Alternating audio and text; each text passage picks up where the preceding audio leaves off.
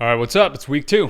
So I'm recording in my kitchen here because why not? First of all, I just want to say I got 3 subscribers. So thank you for the 3 people who decided it was worth following. So in my first video, I talked about why I'm building in the meal planning space. And the reason being is that this is just a major pain point. And I know that even if I build this for myself, it'll be worth it.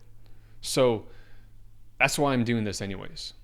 And then I mentioned what I thought was a good MVP, that even if it was unscalable, it would be a good way of validating whether or not this was a problem that was worth solving, and if it could be solved. So week 2, I've built this MVP, and I've used it every single day of the last week. And spoiler alert, it worked exactly as I'd hoped, and proved exactly what I was hoping it to prove. And before I get to that, I want to talk about a few things. One is the idea of an MVP and what is considered a good MVP versus a bad MVP. And also my particular philosophy of how you should think about MVPs depending on the problem you should solve. Let's talk about what a good MVP is. There's, in my opinion, 3 types of MVPs. One is a product MVP. You know what you're trying to build. You're trying to build now the most simple version of that product that people can use. That gets them the one core value you're trying to give them as quickly as possible. This could mean if you're trying to build a social media platform, you're focusing on just people posting and people sending friend requests and nothing else. Or if you're trying to do a home meal delivery option, you give them the most basic meal selection options for the most efficient geographic area that you can find for what you can support, and you first ship that. So it's sort of like a prototype or a beta that's actually usable. That's a product MVP. Now, the second kind of MVP comes, in my opinion, before that.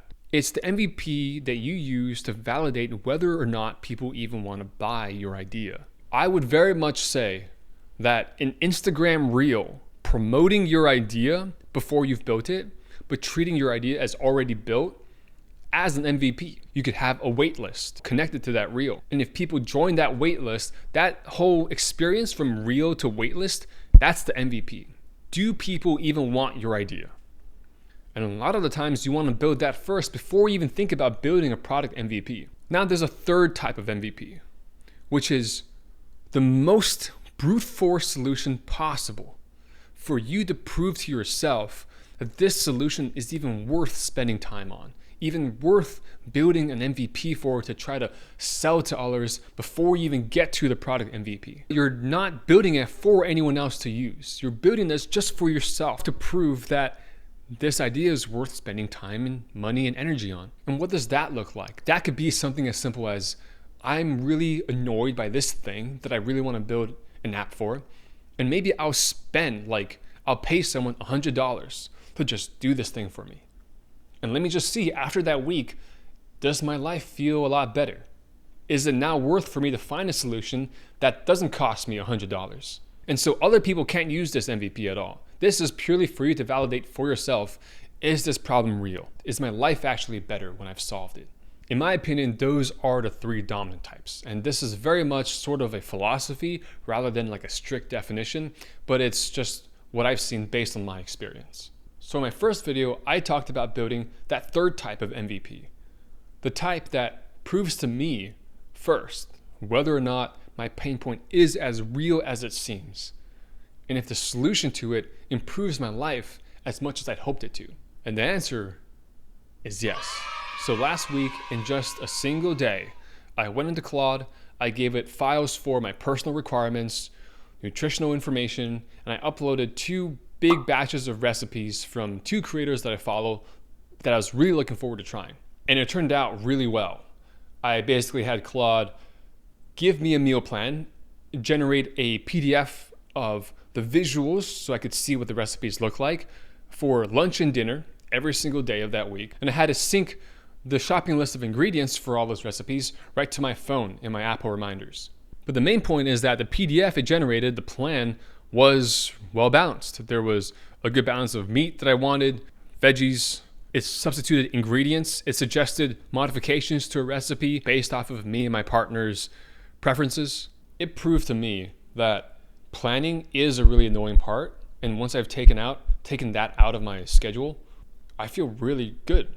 But there were some flaws as well. Every time I wanted to do a simple action, like switch out a meal, make modifications to the recipe, substitute its ingredients, or give my feedback on a recipe that I've already cooked so that it could take that into account into future meal plans, I needed to prompt Claude with that every time.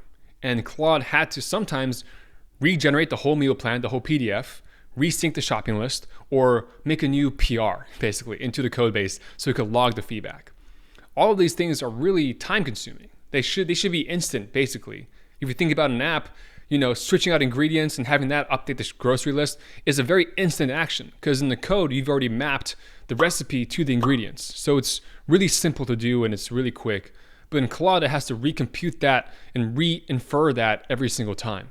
So you're waiting maybe 20, 30 seconds, plus having to do maybe certain actions like merging the PR or something, so that you can execute these.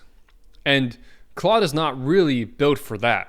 That's what an app interface should be doing. So what does this mean? It means that my hypothesis was actually completely proven correct. It means that the LLM is great for this sort of problem, and it actually solves it. And I actually feel way better with this problem being solved. And an app will take care of the actual annoying parts of the solution. And the even cooler part of this is that even though this MVP is slow and annoying at times, I still find myself having to use it, because I will willingly put up with this because it still improves my life by that much. It still makes my life cooking and planning way easier. And that's an even more exciting signal. That tells you that sometimes if your MVP is annoying in some cases and people are still willing to use it, that really means the pain point is real. All to say, it's time to build an app. Even if this product I'm building doesn't end up being used by a lot of people, it's something that is already significantly improving my own life. So there really is no lose condition here. As long as I build this out and I really enjoy the experience of this, I've already won. And the bonus is that if other people also find this useful, then hey, that's also great. For next week, I'm gonna be building out this app. I'm gonna be hopefully starting to use it for myself if I can do it quick enough. And then we'll just see how it goes from there. So thanks for tuning in. I feel like we've already made a ton of progress in just 2 weeks. And I guess just comment, follow, subscribe, all those things if you want to hear more. Peace.